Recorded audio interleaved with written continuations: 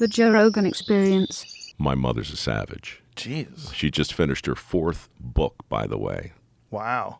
Yeah, she's written 3 bestsellers after 80. That's incredible. She's out of control. That's incredible. So she was like, she wanted you to do something impressive. My mother wrote every day for 60 years. Wow. No agent, got published in like the News American and the Baltimore Sun, local stuff, some horse magazines. We were horse people kind of growing up. And her dream was to write. She finally got a book deal when she was 80.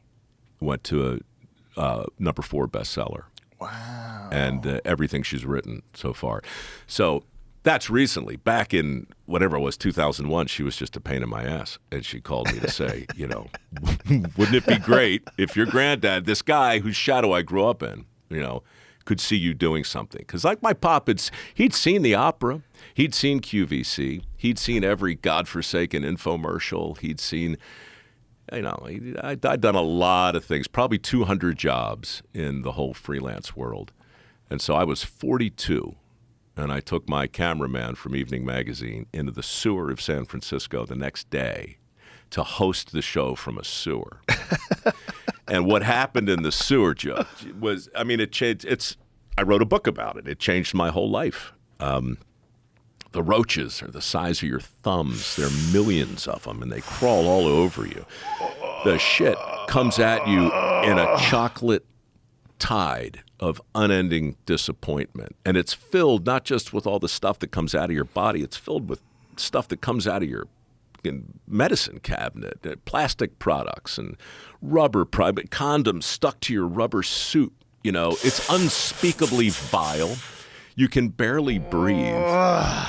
And what happened to me down there is I completely failed to host the show. All the stand-ups went wrong. Laterals exploded. We were all getting hit in the head with. It's like a shooting gallery. There was a rat the size of a loaf of bread that crawled up my. I lost my footing, fell into. I was baptized. I was baptized in a river of crap. And at the end, my cameraman threw up at one point. An enormous puke. And I'm squatting in the filth, looking at the camera, trying to open the show. And when you see your cameraman's vomit float past you,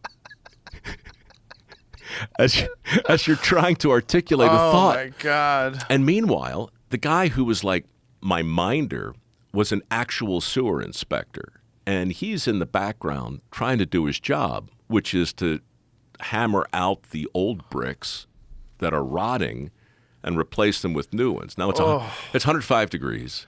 It's the 7th level of hell. It's clear I can't do my job. So I go over to this guy. His name was Gene Cruz. And I say, hey, what are you doing? He's like, I'm putting bricks in. I said, you need a hand. So I start mixing the mortar, and we start talking, just like people, not like a hosty thing, but like what you were saying. Just what would happen if you had an honest conversation, totally unscripted, with a guy who didn't really know he was going to be on camera? But what if you film it and put it on TV anyway? What would happen? Well, what happened a week later when this thing finally aired was I was fired because people sitting down to hear their heart-tugging story of the 3-legged dog up in Marin overcoming canine kidney failure, and it's me, a smart-ass 42-year-old crawling through a river of crap. I mean, they're trying to eat their meatloaf. It was the wrong segment for that show. But talk about fortunate. The mail that came in as a result, some people said it was funny and they liked it. Some people were repulsed. But the letters that changed my life were the ones that said, you think that was dirty? Wait till you see what my brother does. Wait till you see what my cousin does. My mom, my sister, my uncle, right? And I'm like, oh, my God. If the Bay Area is any kind of a microcosm for the country, and I'm not saying it is, but from a TV standpoint, I was like, this is new. No, I've never seen feedback like this. I've never seen curiosity among the viewership like this. And so that's where the idea came from. It was like, what if the viewer programs the show, A, and what if, B, the host of the show is the person that I meet who welcomes me into their shithole or wherever they work? And what if I'm not a host after all? After 20 years of impersonating a host, what if I'm a guest or an apprentice or an avatar or a cipher, right? Like what if I just think of myself differently than this guy who hits the mark and looks at the camera and tells you the cat sack is 29? I mean, right. What if you just let all that go? And I don't know that I would have thought of it like that at 22, certainly not even at 32, but at 42, I was entering a more introspective kind of phase. And so I was really just curious to see what would happen if I thought of myself as something different. Look, the changes in podcasting, like it's happening right now, right in front of us. You can see so many different types of podcasts. You can see so many different kinds of scripted dramas. I mean, oh my God, can you imagine Breaking Bad? Right. 30 years ago? Right. Well, it's impossible. Right. A whole lot of things had to happen in front of that for that thing to... The Sopranos had to happen. That's right. Yeah. And something had to happen before that. Yeah. Well, in my world... and in the world you're describing, that was the age of authority. That's when Eric Severide could talk to you like this. That's when, like Discovery is a good example. You asked about it, and I'll tell you, first of all, John Hendricks, a friend of mine who created that channel, you would love. He did this in his garage, basically. I mean, the story's incredible, how he talked Malone into getting some transponder space, or maybe his Westinghouse, and mortgaged his house to buy some documentaries from Australia and started beaming all that stuff down. I asked him years ago, I'm like, what was the guiding principle behind this business model? And of course, Discovery has since purchased Warner Brothers. They're the biggest entertainment company in the world today. And it started with John Hendricks saying one goal: to satisfy curiosity. That's it.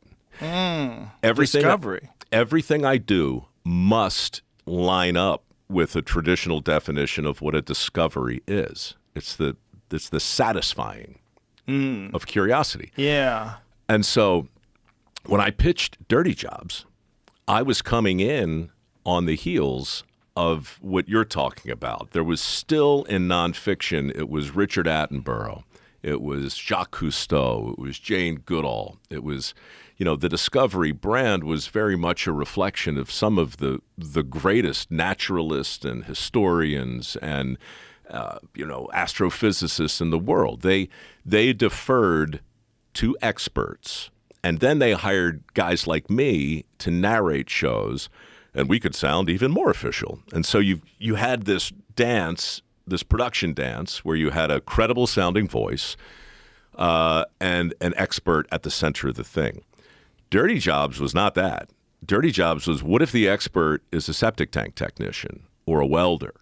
What if the expert is a skull cleaner or a golf ball retrievist? It's a job. Or a sheep castrator, an oral sheep castrator, which we can get into if you want.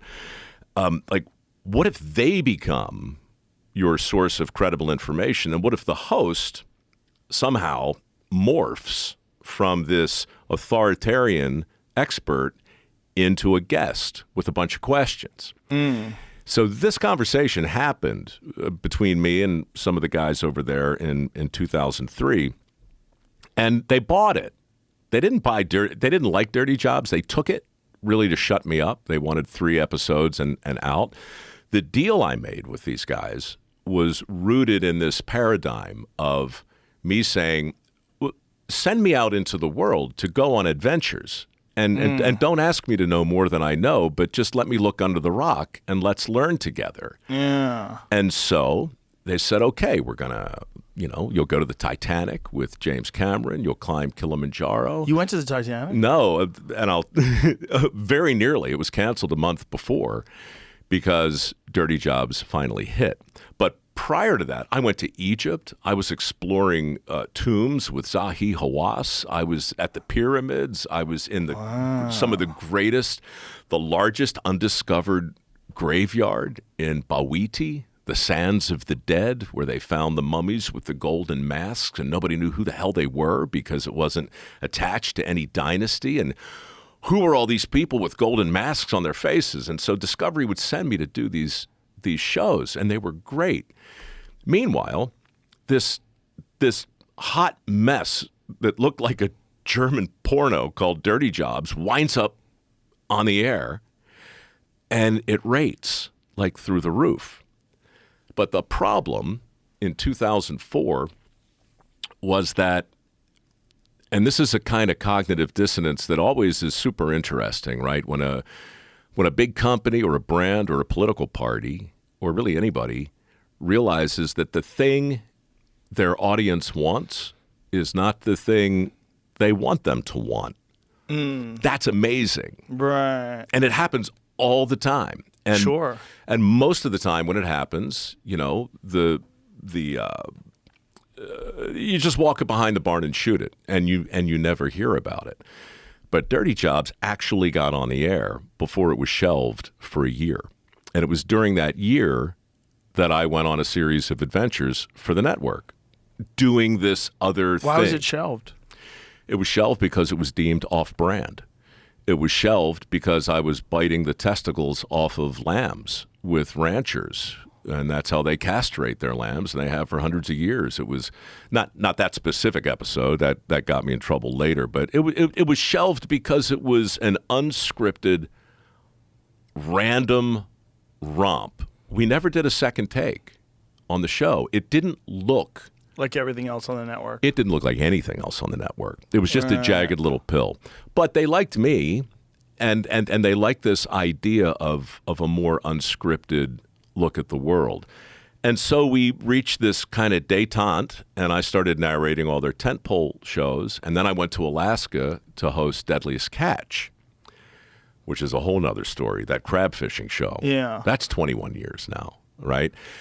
And up there, people died, That's a crazy job. People died. And I went to 6 funerals in 6 weeks. And when we looked at the footage of that, and somebody up the food chain eventually decided, okay, this is a world we have to get into, but Mike, you're not hosting 2 shows at the same time, so pick one. So Dirty Jobs came back, went into full production late in 2004, and Deadliest Catch went in full production about the same time, but I just narrated. Moral of the story is everything that happened after that and around that, I'm not saying because of it, but right around that same time, I think the media world, in nonfiction anyhow, began this migration from the age of authority into the age of authenticity. And ever since, nonfiction has been grappling with that just as surely as every other vertical, because people want to see something that feels like the truth, and that's a sliding scale. Yeah. That's interesting. And that is what people are gravitating towards more today. And I think that's the whole thing we were talking about, why like mainstream news is failing. But independent you know it when news you is see succeeding. it. Yeah. You know it when you see it. Yeah.